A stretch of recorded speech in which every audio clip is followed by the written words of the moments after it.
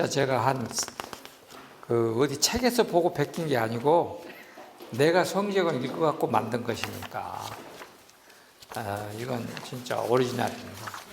다른 데 없습니다. 자, 16쪽 갑시다. 여러분들이 집에 가서 이걸 읽어보세요. 꼭 그걸 성경과 대조해서 본인이 공부하면서 읽어야 됩니다. 내가 보니까 할 수 있는, 이거 하겠다는 사람이 한 2사람밖에 없는 것 같아요. 다 안 할 거예요. 자, 16쪽. 여기에서 다시 한번 다윗은 영적인 사람임에 동시에 어느 평범한 사람과 다를 바 없는 범부로서 성적인 범죄와 살인죄까지 지었다는 사실에 입을 다물 수 없다. 그래요. 이렇게 훌륭한 사람이 그런 죄를 지을 수 있다는 게 입에 담을 수가 없어요. 어떻게 이 이중성이 공존할 수 있을까? 한편으로는 하나님의 이름을 높이고 찬양하면서 다른 한편으로는 하나님의 이름이 이방인들 가운데서 모독을 당하게 했다. 이 이중성인 모습이 다윗이라는 한 사람에게 공존한다는 사실에 놀라울 것이다. 다윗의 이중성을 고발하는 사람들에게 하나님은 너희들은 또 다윗만 갖다 봐 라는 칭찬으로서 그들의 입을 다물게 하셨다. 무슨 이유로 다윗은 하나님으로부터 인정받은 사람이 되었을까?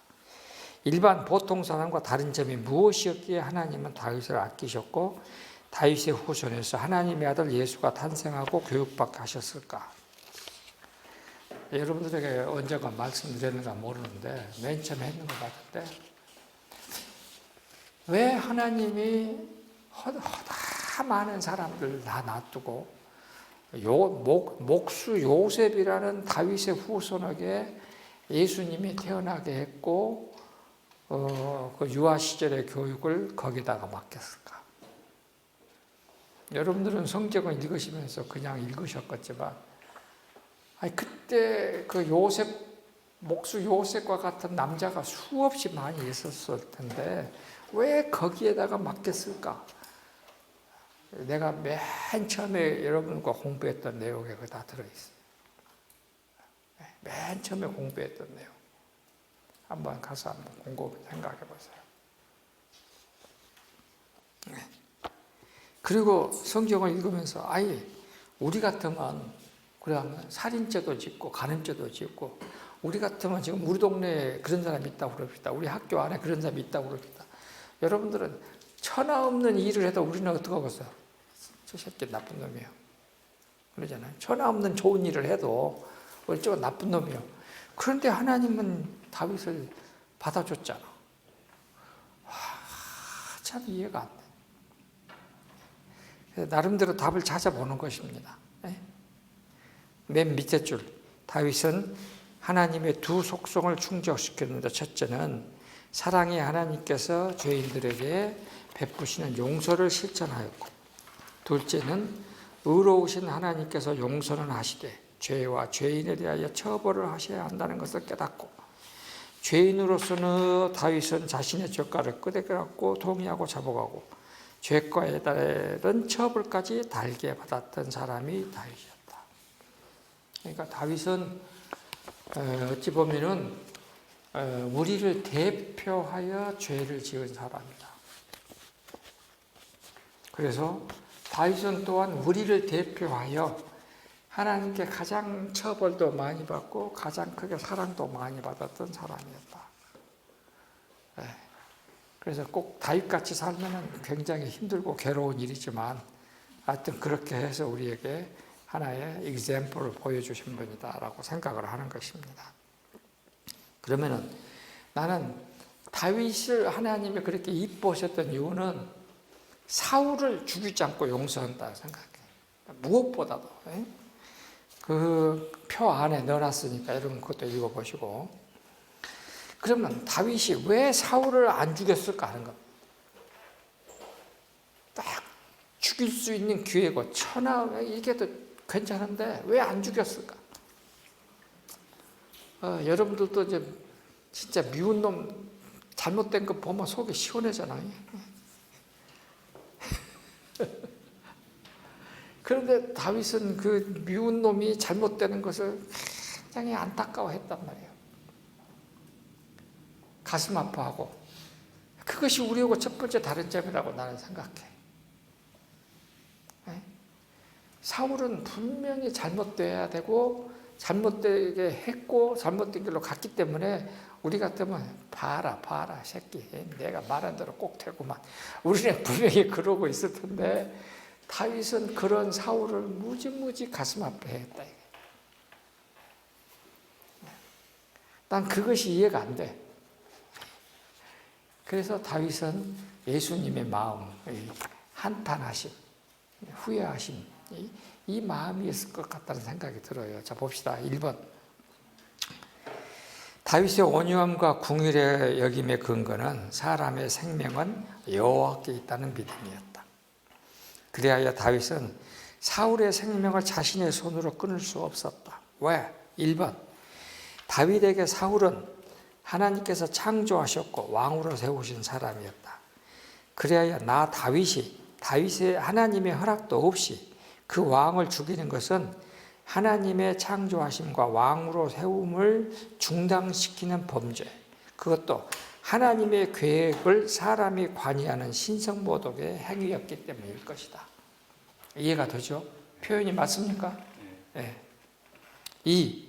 동시에 다윗이 사울의 생명을 자기의 손으로 끊는다는 것은 한 사람으로서 다른 사람에게 지는 원한을 안 갚음하는 것이 된다. 그런데 하나님께서는 원수 갚는 것은 내게 있으니 너희가 원수가 주려거든 먹이고 추울 때에 대비하여 그 머리에 숯불을 놓으라고 하시지 않았던가. 3번째, 마지막으로 다윗이 사울의 생명을 가볍게 끊는다면 다른 사람이 나의 생명을 내가 사울에게 했던 것처럼 가볍게 끊을 수 있다는 깨달음이 있었기 때문이었다. 그렇잖아요? 내가 다른 사람의 생명을 가볍게 끊는다면 다른 사람도 내 생명을 그만큼 가볍게 끊어갈 수 있잖아요. 내 생명이 귀하다면 다른 사람의 생명도 귀한 것이므로 나 다윗이 사울의 생명을 귀하게 여기면 하나님께서 나 다윗의 생명도 환난에서 귀하게 여겨서 건져내 주실 것이라는 확신이 있었던 것이다. 결론적으로 다윗은 그만의 특유한 온유함, 이 온유란 말이 지금 영어로 그대로 옮겼습니다. 온유, 성경에서 말하는 이 온유라는 이 말은 gentle and mild friendliness. 그러니까 이걸 우리말로 참 번역하기 참 그렇습니다. 젠틀하다는 말은 뭘까? 젠틀. 마일드는 아주 부드럽고 온화하고 친구 같고. 나는 그래서 온유함이란 말은 뭐냐면 친구 같은 마음, 태도라고 한마디로 말합니다. 다윗의 그만의 특유한 온유함과 긍휼함을 그가 만났던 모든 사람들에게 일관되게 적용시켰다. 곁에서 지켜보았던 사람들에게 다윗이 틀림없이 원수로 여기리라고 생각하였던 사울에게까지 빈틈없이 적용시켰다. 그리하여 다윗의 온유함과 긍휼함은 하나님의 성품을 닮으려는 마음의 소원의 표현이었으나 하나님의 기준에 미치지 못한 것을 아쉬워하였을 뿐이다. 그러나 긍휼은 심판을 이기고 자랑하느니라는 말씀이 다윗에게는 큰 은혜였으리라. 긍휼은 심판을 이기고 자랑하는. 긍휼은 심판을 이긴다는 거예요. 그래서 다윗의 그 긍휼한 마음은 자기가 받을 심판을 이기게 했을 것이다고 생각을 합니다. 성경을 뒤져서 찾아낸 답이요. 아무래도 답이 안 나와. 한국의 대표적인 온유의 사람 손양원 목사. 여러분들이 우리 지난번 애양원 갔을 때에 손양원 목사 얘기 다 여러분들에게 했습니다. 그러니까 손양원 목사가 그렇게 자기 두 아들을 죽인 안재선이라는 사람 청년을 자기 양아들로 받아들일 수 있었던 것은 뭘까라고 생각을 많이 해봅니다.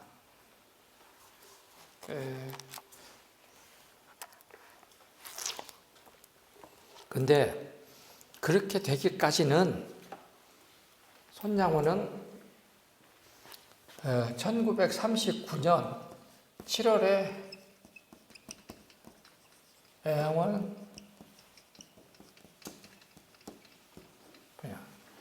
교별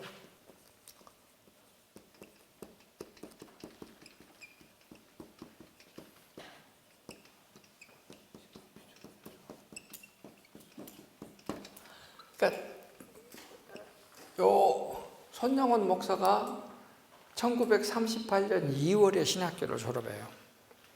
그러면 이때에 다른 사람들은 다 목사 안수를 받아. 조건이 뭐냐? 목사 안수를 받고 강단에서 설교할 때 신사참배 반대하지 않는다는 문서에 사인을 해야 돼. 그러면 목사 안수를 받아. 그러면 당시에 목사가 귀할 때니까 목사 안수를 받으면 교회도 있고 새끼들도 좋은 집에서 살 것이고 모든 것이 다 편해. 근데 손양원 목사는 이걸 거절했어. 목사 안수가 안 돼. 목사 안수가 안 되니까 교회에서 목사로 청빙이 없어. 그때에 여수 예양원에 있었던 목사님이 계셨어. 김은규 목사님이란 분인데 삼례 옆에 있는 거기 출신이요. 삼례 옆에서 보면 이렇게 약간 언덕질이 이렇게 나와 있어. 네, 거기 출신이에요. 그런데 김은규 목사가 여수 예양원에서 목사로 있다가 신사참배에 서명을 했어. 그러니까 선교사들이 쫓아냈어. 그래서 김은규 목사는 제주도로 갔어. 제주 금성교회로 갔습니다. 그래서 이제 그 후에 신사참배하지 않는 목사를 손양원 예양원 교회에서 청빙하려고 하는데 대한민국에 씨가 말랐어. 없어. 그래서 어쩔 수 없이 아직 목사 안수를 안 받은 손양원을 전도사로 불렀어. 그래서 이제 손양원 목사가 왔습니다.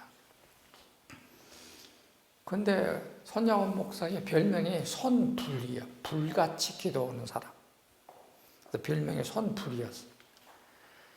하여튼 손양원 목사가 키가 1m 50이 채 조금 넘었다 그래. 키가 아주 적었다 그래요. 그런데 설교할 때 목소리 하며 그냥 막 찌렁찌렁하니 그때 그 여수 예양원에 나온 환자가 거의 1000명이었어.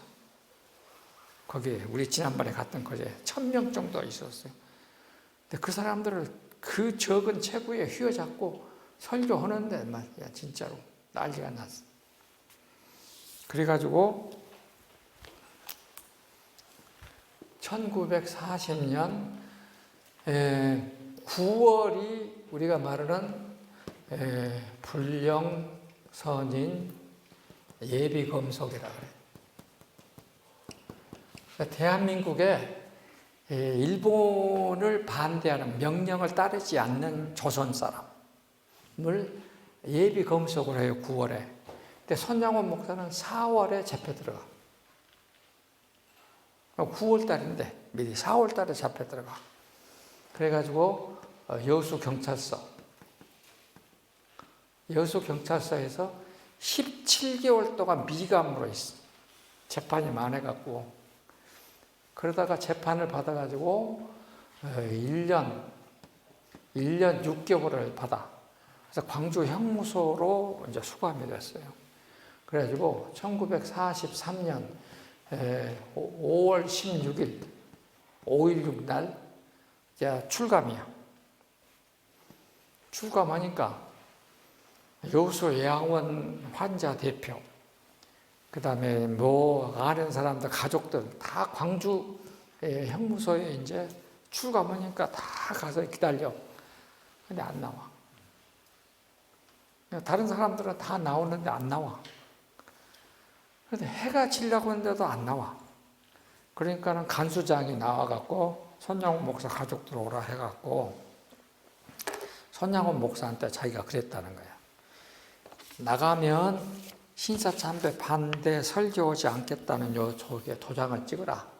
그래서 손양원 목사가 절대 도장 안 찍습니다. 왜 그러냐 그랬더니 나는 나가면 틀림없이 신사참배에 반대하는 설교를 할 텐데 내가 한 입 갖고 두 말 못합니다. 도장을 안 찍는 거예요. 그래서 간수장이 그랬대. 아니 네가 나가서 신사참배 반대해도 우리가 다시 안 잡아드릴게. 그러니까 도장 찍고 나가갖고 가서 반대했들 네가 도장 찍은 줄 누가 알겠냐. 환자들도 저렇게 기다리고 가족들도 기다리고 그런데 여기다 도장 찍고 나가서 hin사참배 반대한다고 누가 당신을 욕하겠냐. 가라. 그러니까 아니 나는 한 입 갖고 두 말 못해. 하여튼 참 모질은 사람이에요. 그래갖고 다시 감옥으로 들어가요. 이거는 광주가 그때는 지방법원이에요. 그래서 고등법원이 대구에 있었어. 대구로 이송이 됐어. 재판 결과 종신형을 받았어. 그리고 청주 보호감호소로 이송이 됐어. 선장원 목사가 뭐라고 한 줄 압니까? 광주 형무소에서도 죄수하고 관수들에게 복음 기회를 주시더니 대구에서도 주시고 또 청주에서도 주시니 할렐루야다. 조금 머리가 돌아야 돼 이렇게.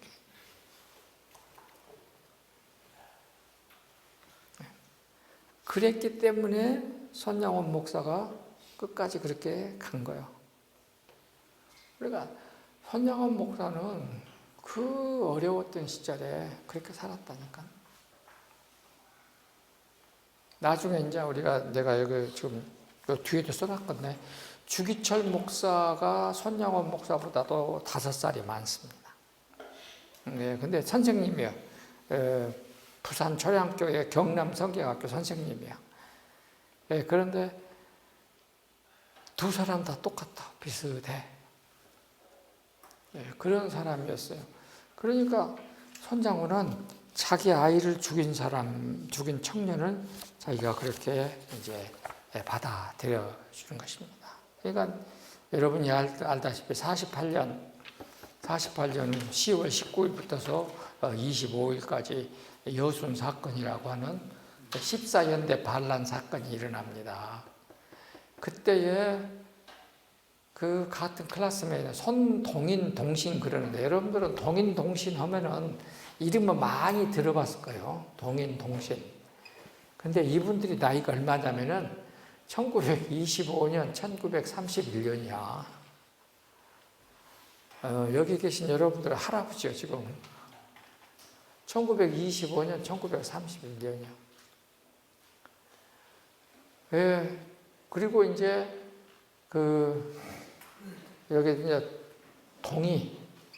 동의권사, 손동의권사 있어요. 근데 이 손양원 목사 부인, 정양순. 보통 사모가 아니에요. 진짜. 이제 그때에 우리 작은아버지는 47년에 목사 안수를 받았어. 우리 작은어머니와 같이 애양원 교회 옆에 있는 장천교회, 거기 처음으로 이제 첫 목회자로 거기를 갔어. 그러니까 그때 그분들은 우리 작은아버지, 작은어머니는 아직 젊고, 손양원 목사는 1902년생이에요. 1902년생인데, 우리 작은아버지는 1914년생이에요. 15년생이거든. 그러니까 13살 그렇게 차이가 나갔지.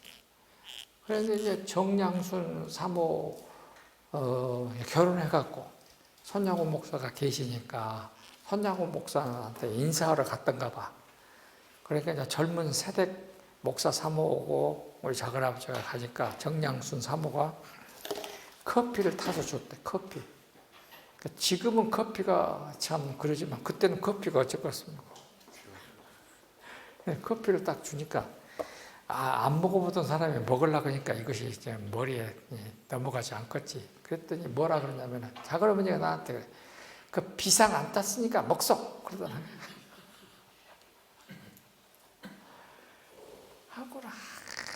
말이 세. 무지무지 말이 세. 그 밀양, 창녕 그쪽 사람들, 밀양하고 창녕 말이 아주 세.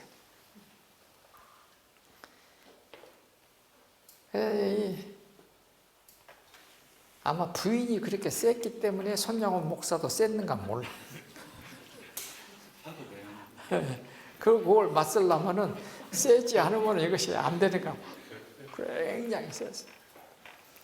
그러면 이제 왜 저렇게 두 사람이 결혼했냐 그러면 여러분들이 내가 쓴 손양원 목사 책을 읽으면 김수남 권사라고 나와요. 그 나환자예요. 그래갖고 부산 상해원 나환자 시절에 손양원 전도사가 거기 담임 순회 교역자였어. 근데 이 김수남 권사가 이제 양성에서 음성으로 바뀌어졌어.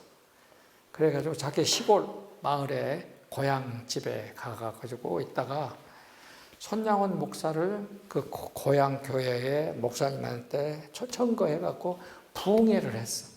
손양원 목사가 거기 가서 부흥회를 하는데 정양순이라는 처녀가 보니까 저 남자 괜찮거든. 그래갖고 둘이 결혼을 하게 돼서 그렇게 묶어져갖고 결혼을 했다 그러더라고. 이건 내가 그 김수남 권사한테 가서 다 인터뷰해서 내가 다 코테이션 한 거야. 근데 하여튼 무지무지 셌다고 그래. 그래서 사모가 얼마나 세냐면 나중에 자기 남편이 손양원 목사가 해방되고 46년 12월 달에 목사 안수를 받아. 그러니까 자기 동기생들보다는 몇 년 빠른 거야.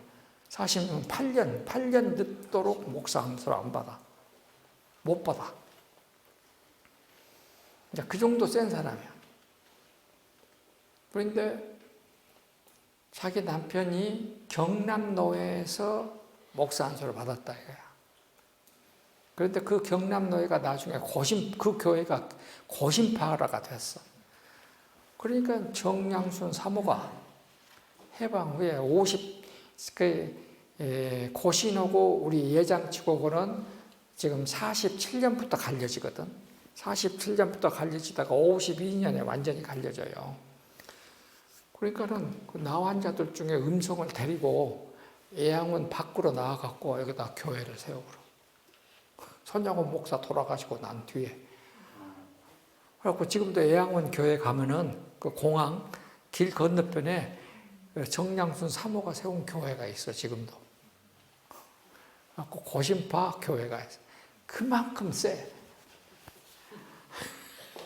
그러니까 여기 보니까 목사 사모 올 사람은 별로 없는 것 같아. 그런데 거기에 손양원 목사님 돌아가시고 살아계실 때도 서현식 전도사가 왔어. 서현식 전도사가 우리 작은아버지하고 아주 친한 친구예요. 서현식 목사님 아들 서홍재가 나하고 나이도 같고 신대원 동기생이에요. 근데 거기도 이제 또 하여튼 세야 돼. 나환자들하고 살려면 세지 않으면 못 살아. 왜냐면 나환자하고 산다는 것이요. 얼마나 이게 나환자들이다 이러니까 그놈을 이겨내려면 세지 않으면 이제 견디지 못한다 그래요. 근데 서현식 목사는 어떻게 했느냐. 서현식 목사님은 손양원 목사 후임으로 목사로 부임하고 난 다음에 매달 월급날이 되면 거기 밭에서 논에서 생산한 쌀 한 가마니 그리고 월급 목회할 때 월급 빳빳한 돈으로 바꿔갖고 여수에서 부산까지 가서 딱 전달하고 난 같은 목사라도 나는 그렇게는 못할 것 같다. 꼭 매달 안 빠지고 했대. 매달. 그리고 보너스 드리는 날은 또 보너스 해가지고 쌀도 두고 많이 갖고 가고. 말이 그러지요. 여수에서 부산까지 그때는 어떻게 갔습니까? 배 타고 가는 거예요, 배 타고. 근데 그걸 그렇게 했대. 그 서현식 목사가 나중에 여수에서 세운 교회가 지금 여러 교회가 있는데 산돌교회라고 아주 유명한 교회가 있습니다.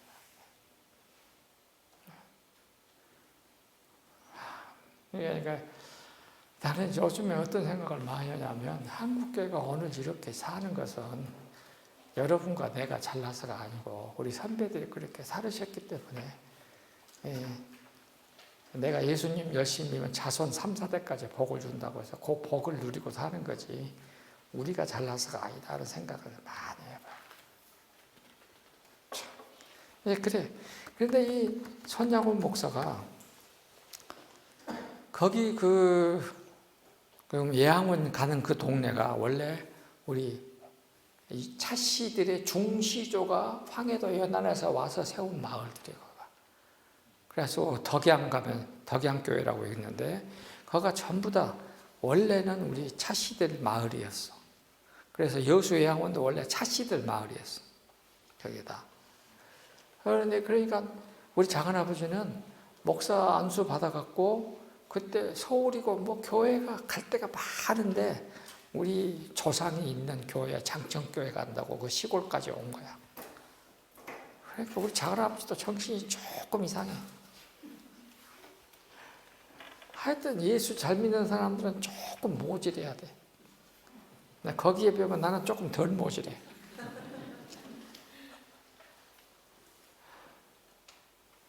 근데 이제 그곳에 사는 차진국 씨라는 사람이 있고 그 차진국 씨의 조카가 차숙철이라는 사람인데 나 미국서 살 때 같이 살았어. 근데 우리하고 친족은 아니고 같은 이제 일가는 일가지만은 가까운 친족은 아니야. 그래서 우리가 어렸을 때부터 숙철이 형 나보다 6살인가 5살인가 많아. 그래서 숙철이 형 그렇게 미국서 늘 같이 그랬거든요. 그래서 내가 이제 이렇게 역사 공부하고 그렇게 한다고 그러니까 숙철이 형이 자기 삼촌 차진국 씨 얘기를 하면서 손양원 목사가 이렇게 죽었다 하는 얘기를 해주더라고. 내가 그걸 그대로 지금 써놓은 거야. 그러니까 그 56년 9월 28일 새벽에 여수 예양원에 있는 여수 경찰서에 있는 모든 미감 수감자들을 전부 다 이렇게 묶어갖고 이렇게 해서 철사줄로 묶어갖고 맨 앞에 차숙철, 그 다음에 이 손양원, 그 다음에 윤형숙이라는 여자 전도사가 있는데 그 사람은 3.1 만세운동 강주소 하다가 수표하고 학생이었는데 팔 하나가 잘랐어요. 그래서 외팔, 팔 하나가 없어. 이제 그 사람. 그리고 여수 우왕리교회 교인들. 그래서 10명이 이렇게 딱 묶어갖고 가는데 쭉 세워놓고 땅 쏘니까 차진국 씨가 창을 맞고 뚝 쓰러졌는데 나중에 알고 보니까 총알이 일로 지나갔어요. 그리고 대검으로 찔렀는데 대검도 일로 지나가고. 그러니까 여러분들은 모른대요. 나 월남서 전쟁할 때에 우리 같이 싸우던 사람이 이제 일선에서 있다가 전선에서 있다가 후송이 됐어. 그러니까 여기가 피가 막 나. 근데 이 사람은 어쨌냐면은 딱 있는데 빼뚜껑에 총을 맞았어. 그 총알이 철모를 뚫고 파이바를 뚫고 여기 오니까 삥 돈 거야. 그러니까 피가 나니까 나 총 맞았다고 정신을 잃은 거야. 이제 피가 흐르니까 주변의 사람들이 이제 피를 닦아주려고 하다 보니까 정신이 든 거야. 안 죽었거든. 그러니까 이것이 사람이야. 총은 분명히 맞았어. 근데 피가 났어. 그러니까 나 죽었다고 넘어졌어. 차진국수도 그렇게 넘어진 거야. 근데 그 자기 위로 손양원 목사가 또 넘어졌어. 그러니까 정신이 들었어. 그래가지고 손양원 목사가 그 짧은 순간에 발을 이렇게 팍 뻗으면서 주여 하면서 저 공산 청년이 아무것도 모르고 저랬으니 벌 주지 말고 용서하시옵소서라고 기도를 하다가 수업이 끝나더라는 거야. 그것을 차진국 씨가 자기 조카 차숙설 씨에게 했고 나는 차숙설 씨한테 그걸 그대로 내가 코테이션 한 거야. 그 얘기들을 써놨습니다. 그러니까 우리 근래 역사에서 온유한 사람 찾은다면은 손양원 목사일 것입니다. 근데 온유라는 말은 부드러운 것이 아니라 징그럽게 강해야 온유할 수 있다. 내가 꼭 말해주고 싶어요. 엄청나게 강해야 온유할 수 있다. 온유는 그냥 맥이 없는 흐느러들한 게 아니야. 엄청나게 강해야 온유할 수 있다. 그러면 예수님도 십자가에서 자기를 찌르는 로마 군인을 용서하라고. 첫 번째 기도예요. 그것도 무지무지 강하기 때문에 용서를 기도할 수 있는 것이지 부드럽다가 아니야. 그러니까 온유는 부드럽다가 아니고 온유는 이퀄 강하다. 강철보다 더 강해야 온유할 수 있다 하는 말입니다. 그 말 꼭 하고 싶은 거야. 그러니까 우리가 사육신 엄청나게 부드러운 사람이지만 그러나 무지무지 강한 사람이라야 된다. 그래서 이 기독교인이 된다는 것은 부드러움과 강함이 동시에 이중성으로 있는 것입니다. 공존하는 것입니다. 다음에 시간에는 내가 그 손양원 목사 글 쓴 것 가운데에 손양원 목사의 삶을 이렇게 도표로 그리는 거 있어요. 그러니까 손목사님은 수용하기, 거절하기, 껴안기, 버리기. 그래서 쭉 써놨는데 내가 그것만 그대로 여러분들에게 내가 나중에 보여줄게요. 그러니까 손양원 목사같이 진짜로 악질은 없다. 무지무지 독한 사람이다. 그래야 그것이 된다. 그래야 온유할 수 있다. 하는 얘기를 여러분들 하고 싶은 겁니다. 자, 여러분 내용들은 그건 다 읽으시면 되니까 자, 가서 꼭 읽어보세요. 그리고 이제 21쪽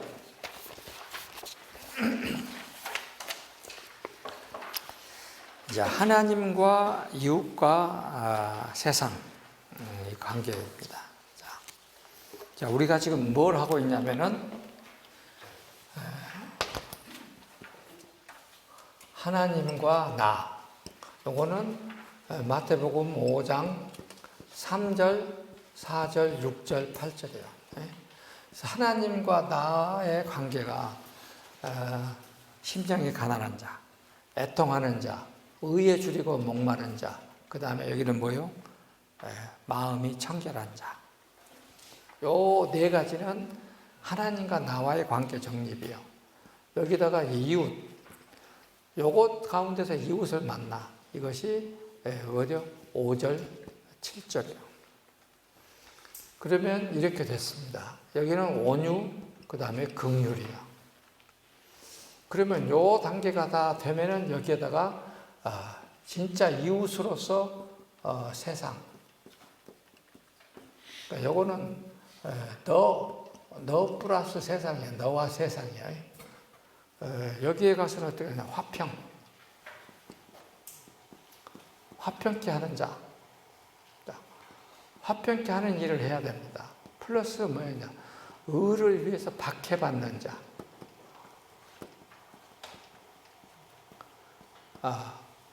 그래 이제 내가 이제 이걸 마지막 정리하면서 딱 느끼는 것이 이게 지금 전체 구도를 보세요. 하나님과 예수님이에요. 하나님과 나고. 그래서 하나님이 원하는 것을 하려면 하나님 앞에 내가 심령이 가난한 자로, 그 다음에 애통하는 자로, 그 다음에 뭐요? 의에 줄이고 목마른 자로, 그리고 마음이 청결한 자로.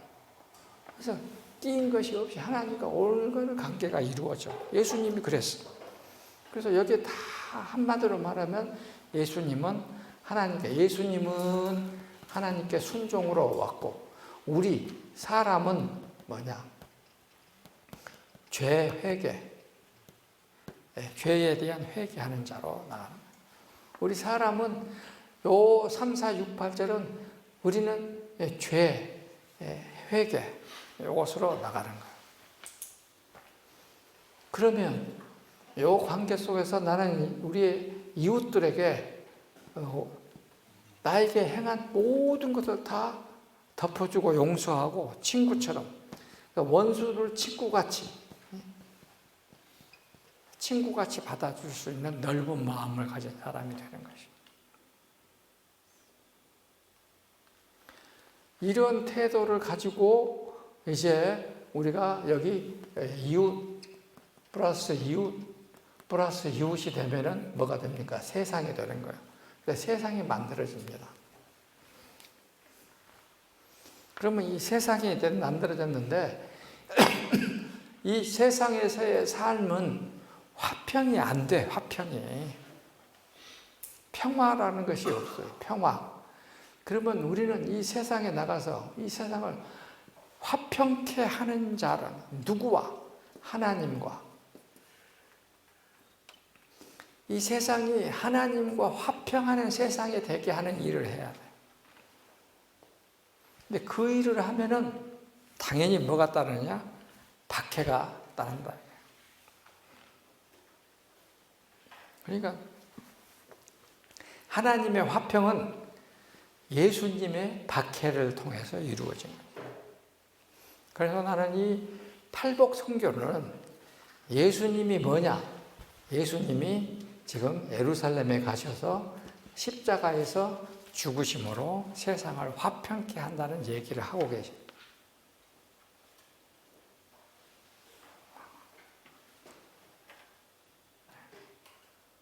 지금까지 여러분들이 팔복에 대한 제가 하는 설명은 나도 처음 생각한 것이고 아마 여러분도 처음 들어봤을 것입니다. 그러니까 화평이라는 것은 하나님과의 화평이요.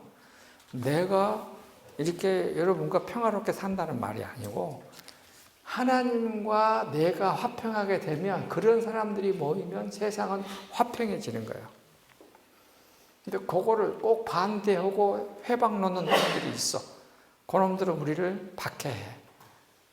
그래서 하나님과 화평을 이루는 우리, 나가 모여서 이 세상 전체가 화평하게 되는데 그걸 방해하는 사단이라고 할 수도 있고 악이라고 할 수도 있고 그것의 박해를 우리가 있다고 요구하지 말고 그걸 이겨내야 돼.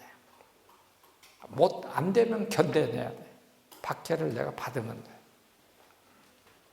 그래서 예수님도 박해를 물리치지 않고 어떻게 해서 박해를 스스로 받으셨어요. 그러니까 하나님 일을 하면 이 세상을 화평하게 만들려고 하면 박해는 꼭 있는 거야. 박해가 있다고 도망갈 필요가 없어. 박해는 꼭 있어. 쉽게 말하면 우리가 이렇게 우리 학원을 통해서 우리의 학원을 복음화를 위해서 하나님 나라를 만들기 위해서 우리가 열심히 기도하고 이렇게 성경 공부하면은 뭐가 있겠어요? 뭐 어떻게 방해하는 세력은 우리가 알게 모르게 꼭 있어.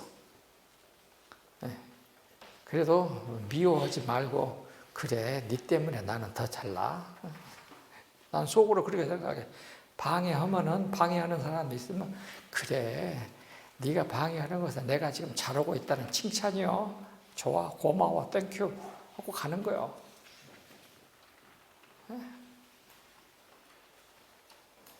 그렇게 그 내용을 지금 여기다 써놓은 겁니다. 자 보세요. 읽어봅시다. 지금 몇 시요? 나 지금 시계가 없어. 시간이 다 돼버렸네.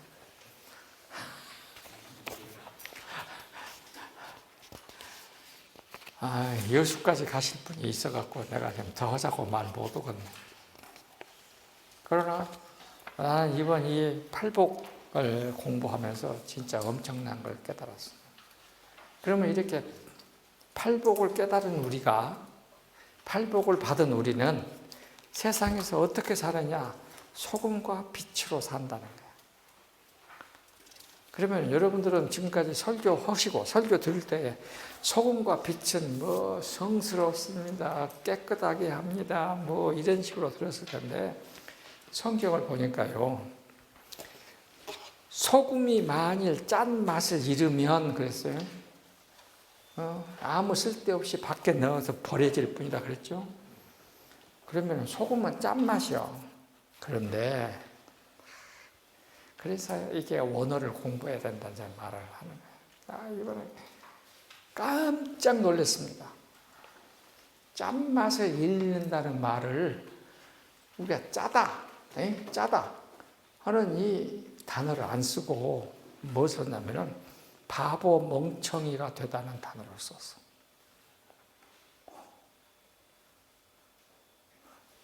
로마서 1장 22절 보세요. 로마서 1장 22절.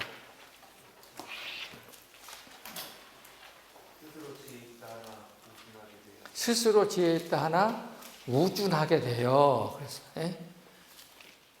우준하게 돼요. 우리가 영어에서 바보 멍청이를 뭐라고 그럽니까? 영어에 이디오트가 있어요.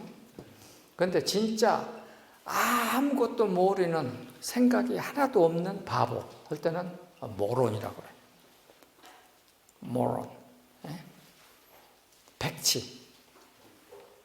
요거를 헬라말로 헬라마 모로스. 요 단어 모로스, 모론 똑같아. 그러니까 헬라말을 그대로 영어로 옮겨놨어. 그러니까 짠맛을 잃는다는 말은 백치 바보가 되어진다라고 써놨어. 우준하게 되어 하는 로마서 1장 22절하고 똑같은 단어를 썼어. 그러면 소금은 뭐요? 소금은 소금이 아니고 팔복을 받은 사람을 의인화시킨 거다.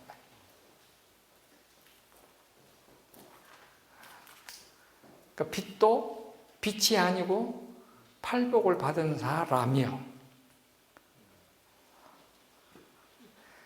이게 한글로는 도저히 안 나와 답이.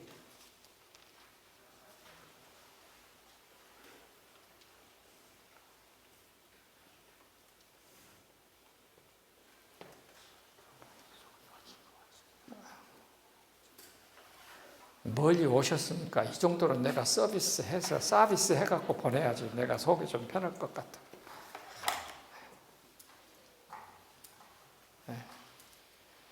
소금이 짠맛을 잃음이란 말은 무슨 뜻이요? 소금, 팔복을 받은 이 세상에서 소금 역할을 해야 될 사람들이 어떤 이유인지 몰라도 멍청이가 되어갖고 그 짠맛의 일을 못하면 그만이에요.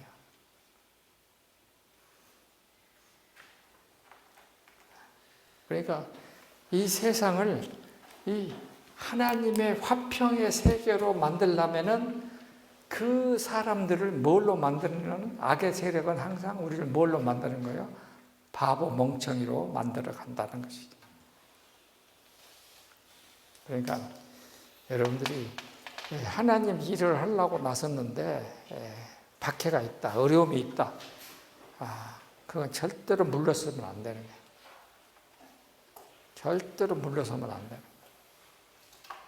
그 얘기를 지금 하시고 있는 거예요. 그래서 5장 13절에서 16절 소금과 빛은 팔복을 받은 사람들의 세상에서 행동 지침이요. 너희는 소금과 같은 사람이어야 한다. 빛과 같은 사람이어야 한다. 하는 말이에요.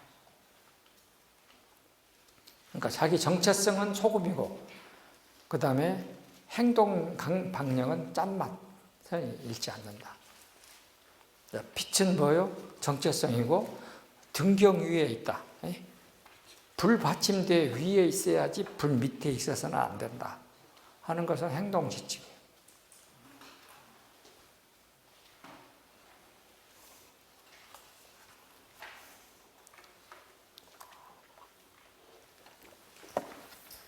자, 다음 시간에 하고 또 다음 시간에 또 여러분 또 써내려 가야 되겠네.